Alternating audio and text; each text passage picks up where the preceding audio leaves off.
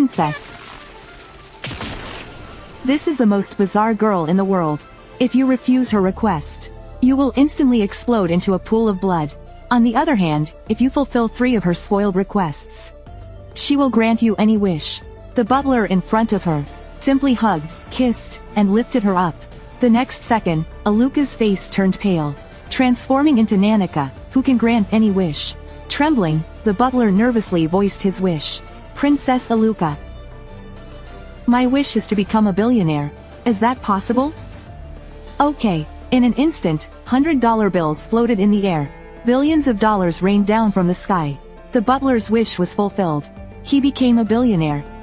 Meanwhile, a cash transport ship mysteriously disappeared.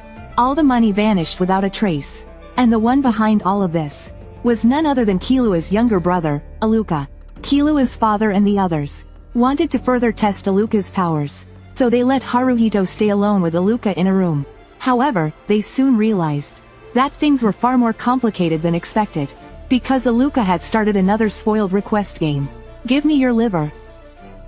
This is a bit too much. Can we not do this? You won't? Then, Haruhito, give me your duodenum. Please wait, master. Let's play another game instead, okay? You won't agree to that either? Then, Haruhito, give me your cervical vertebrae. Master, I beg you. Then, Haruhito, give me your brain. At this moment, Killua discovered Aluka's pattern. Either fulfill 3 spoiled requests to obtain an impossible wish, or refuse and die instantly. However, as an equivalent exchange, greater the wish Aluka grants, the more extreme the next set of spoiled requests will be. The requests will become even more difficult. Haruhito had to suffer because of the previous butler, who wished for $10 billion. Now that it's time for her spoiled requests, they have turned terrifying. After realizing how dangerous Aluka was, his father locked him away deep in the mountains. He also prevented anyone from interacting with him. However, this time, Killua begged his father to let him see his little sister, Aluka, because his best friend, Gon, was on the verge of death. The only one who could save him was Nanika, who could grant any wish. His father didn't want Killua to take such a risk. But to Killua, no one understood his little sister better than he did. Then, Killua bit his finger, reminding his father of their old promise, that no matter what, they would never abandon their comrades. Left with no choice, his father led Killua to the forbidden area. For Killua's safety, his father made him repeat the spoiled request rules. But Killua had already memorized them perfectly. After all, even his father didn't understand his little sister better than he did. Finally, Killua got to see Aluka. Big brother, I'm so happy. It smells like Big Brother. However, in the next second, Big Brother, die. Alright. Seeing her brother successfully strangled by her, Aluka was as happy as a child. However, in the next second, she called out to her brother again. Big Brother, don't sleep. Killua, who should have been dead, suddenly came back to life. It turned out he had tucked his head into his clothes, pretending to be dead. This little trick made his sister laugh happily. Then, Aluka made her final request. She wanted Killua to play with her. Killua immediately agreed. After fulfilling 3 requests, Aluka once again transformed into Nanika, who could grant any wish. And all of this was being observed by Killua's parents through the surveillance cameras. His father initially thought that Killua would wish to save Gon. In the next second, Killua made a decision that no one expected. Open the door. Then, Killua told Nanika that if they didn't let him leave, he would wish for his mother to be killed. A true act of filial piety. On the contrary, if he could leave successfully, Nanika would have to give him a kiss on the cheek. As absurd as it sounded, Killua's mother was surprisingly happy. Her beloved son had finally grown up. Oh my. And just like that, in the next moment, the sealed door was opened. Killua successfully escaped with Aluka. Now, he had to take Aluka to the hospital to find the dying Gon. To ensure their journey was safe, his father even assigned bodyguards for him. One of them was a strong, muscular beauty in her late 50s. The demon muscle woman, Zabone. Her terrifying aura instantly dominated the room. With Sabone around, everyone felt much safer. Just as they thought the journey was about to begin, Luca suddenly relapsed. Her spoiled request game had begun again. "Give me your fingernails, is that okay?" At this moment, everyone present held their breath. Fortunately, Sabone agreed to the request immediately. She forcefully tore off her fingernails and gave them to Aluka, because if she didn't, she would die. "I have something to do, I'll be leaving now." Before Aluka could make a second request, the old lady ran away immediately. But I'm not done playing yet. Without Sibwen's protection, their journey had suddenly become extremely dangerous. Countless people were now trying to ram them with cars, even at the cost of their own lives. They weren't just suicidal. Their brains had been temporarily controlled. The one behind it was none other than their older brother. He had to kill Aluka first, to prevent their family from being slaughtered. At this moment, Kahlua and the others, along with their car, rolled down a mountainside. Fortunately, they followed the rule of smoke but no injuries. They didn't lose a single hair. However, the area was already filled with ambushes. But Kahlua wasn't going to give them the chance. Surrounded by enemies, he swiftly used his shadow step to evade the attacks. Meanwhile, the muscular old warrior was rushing to their aid. However, on the other side, the butler wasn't as lucky. He encountered the so-called strongest toilet war god Hisoka. In the magician's hands, playing cards became deadly weapons. In the next second, countless cards shot out. But the butler's financial power was not to be underestimated. Coins fired like a machine gun in rapid succession. However, Hisoka's strength was not just for show. In his hands, the coins became mere toys. He played with them like yo-yos. And before he knew it, he got hit. But the battle was only beginning. The butler fired another barrage of coins. Countless coins shot toward Hisoka like bullets. At that moment, Hisoka used his nen to create a barrier. All the projectiles were absorbed by his aura shield. It seemed like the butler's attacks were too weak. But in reality, he had focused all his power on spinning the coins. In the next moment,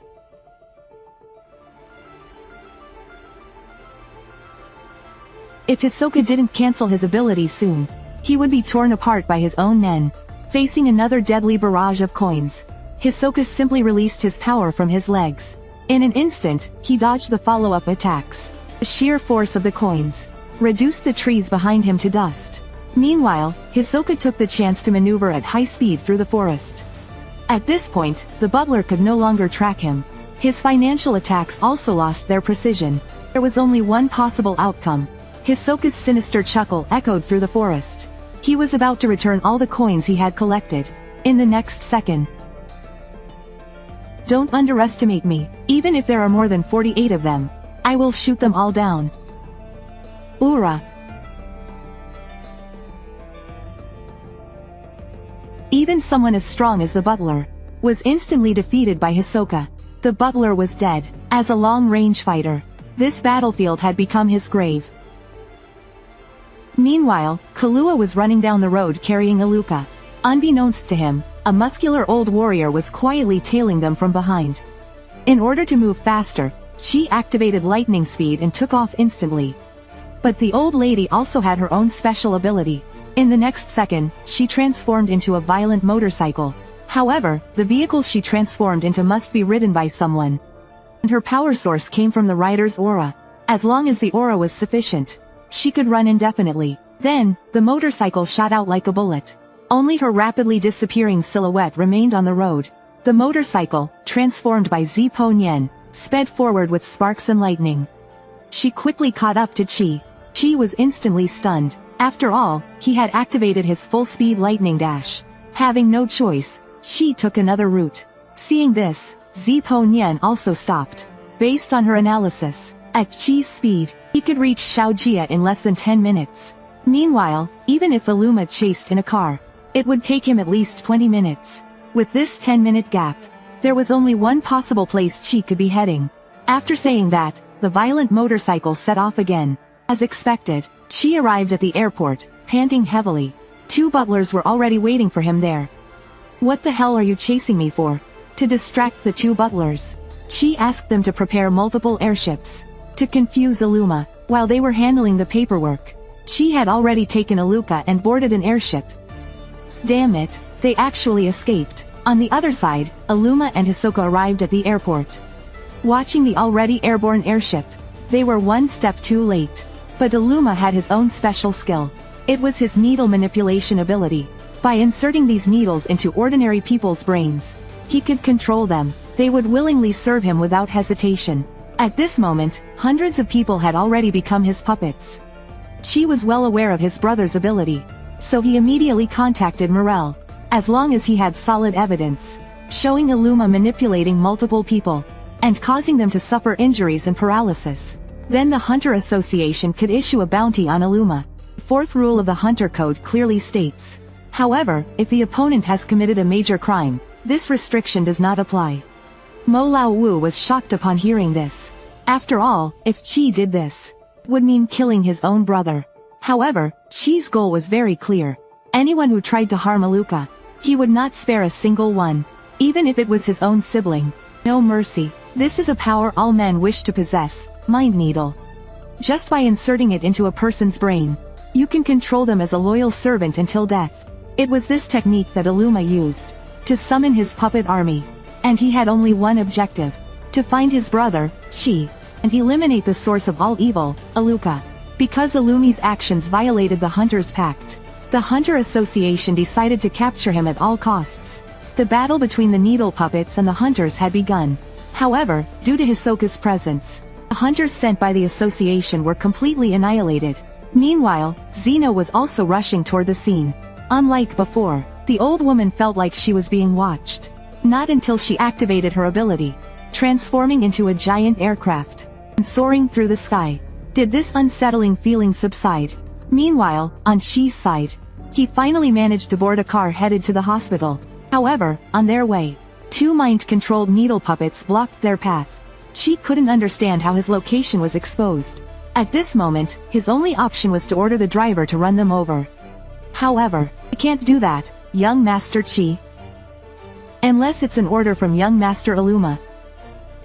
Nani? More and more needle puppets appeared, surrounding Chi. Even worse, his own brother, Aluma, had also arrived. Under these circumstances, Chi could easily escape with his lightning speed ability. However, he couldn't guarantee Aluka's safety. Despite Aluka's terrifying power, her body was just as fragile as any ordinary child. Even a simple attack from a needle puppet could prove fatal. At this moment, Chi decided not to hold back anymore. He directly summoned Nanika, but in the next second, the muscular old man also arrived. The reason their location had been discovered was actually quite simple. Zebro's surveillance glasses had long been shared with Aluma, apart from Chi's parents. However, due to his orders, Zebro was unable to take them off. At that moment, Aluka's second request began. Give me the fingernail from your middle finger. Gladly. Here you go, young master. Then came the third request. Zebro, give me the fingernail from your ring finger. Sure, this is an easy task. After fulfilling 3 requests, Aluka transformed into Nanika once again. Zebro then gave Chi the chance to make a wish, fully prepared to bear the consequences himself. However, the real dilemma had just begun. If he wished to escape now, then Gon would never receive the treatment he needed. Aluma knew this very well. In the corner, Hisoka was enjoying the show. He loved playing with others suffering. Right now, there were 2 choices. Either kill Aluka, and make Chi hate him to his core, or spare Aluka, allowing her to heal Gon and turning Aluma into his enemy. The twisted clown pondered how to make this more exciting. After a brief moment, he chose the latter. Faced with such a difficult decision, and the pressure from his brother, Chi, tears welling up in his eyes, made an unexpected wish. Heal Zebro's left hand. Okay. Although Nanika was skilled at destruction, healing was not her strong suit. Moreover, healing required physical contact. Soon, Zebro's hand was restored. It's done. Chi, pat my head and praise me. After receiving Chi's praise, Aluka, exhausted from using her power, fell into a deep sleep. Chi couldn't understand what his little sister had done wrong. She had never asked for cruel sacrifices. Yet she bore pain far beyond what a child should endure.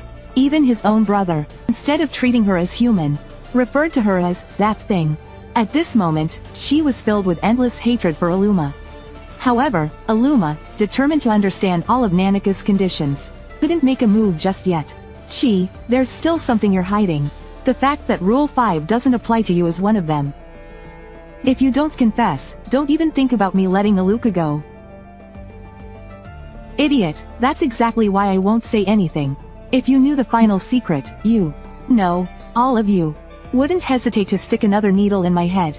This was an arm that no human could possibly grow. It was dry, resembling a withered tree. Yet who would have thought that its owner was once a vibrant young boy? In his previous battle of revenge against Neferpitou, the death of his mentor, Kite, had filled him with unprecedented rage. As a result, Gon had tapped into forbidden power and broken his limits. In the agony of burning his life force for strength, he transformed into his future self, decades older. In the end, he unleashed all of his power to land the final blow on Neferpitou. However, in doing so, he had completely drained his life force. Now, he was merely clinging to life. But finally, there was someone who could save him. That person was Nanaka, who could grant any wish. After enduring countless hardships, she had finally brought Aluka to the hospital. As he looked at Gon's broken body, the healing was about to begin. The moment their hands touched, a bright light shone. A strong and dark force instantly engulfed the entire hospital. As everyone else trembled in fear at this overwhelming power, Aluma was instead filled with uncontrollable excitement. At this moment, his intentions changed. He now planned to use Nanaka's power to solidify his dominance within the family. Gon was quickly revived by Nanaka. Every old friend present shed tears of joy upon seeing him, especially Leorio. The moment Gon slowly walked toward him. Gon. Ah. Damn it, I was so worried about you.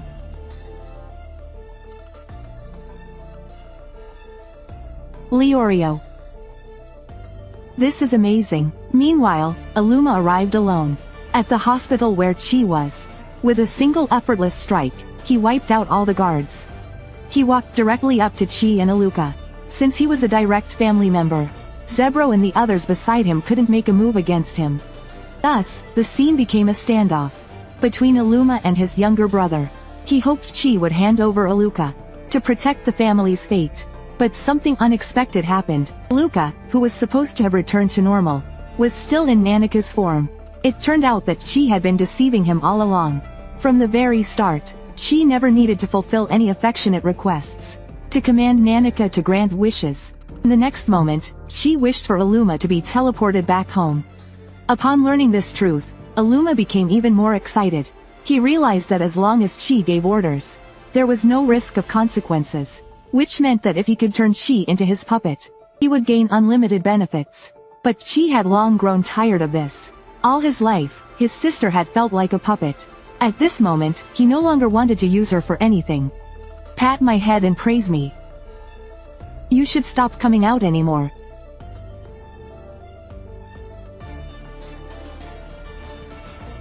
I like you. Chi.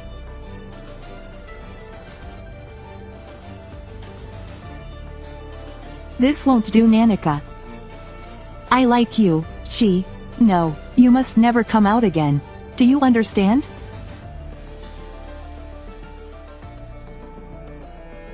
Nanaka started crying. Okay. In the next moment, she promised Chi she would never appear again. When she woke up, Nanaka had completely turned back into his sister, Aluka.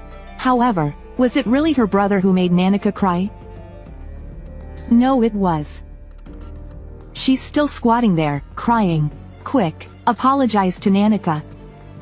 But, apologize. If you're kind to Aluka, then you must also be kind to Nanaka.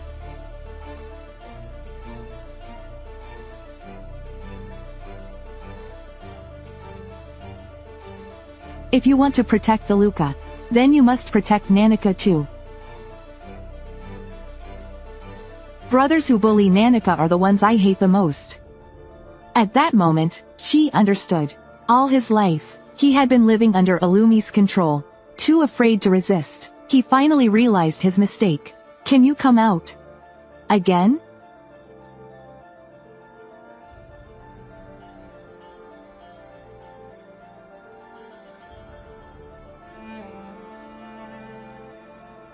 Okay.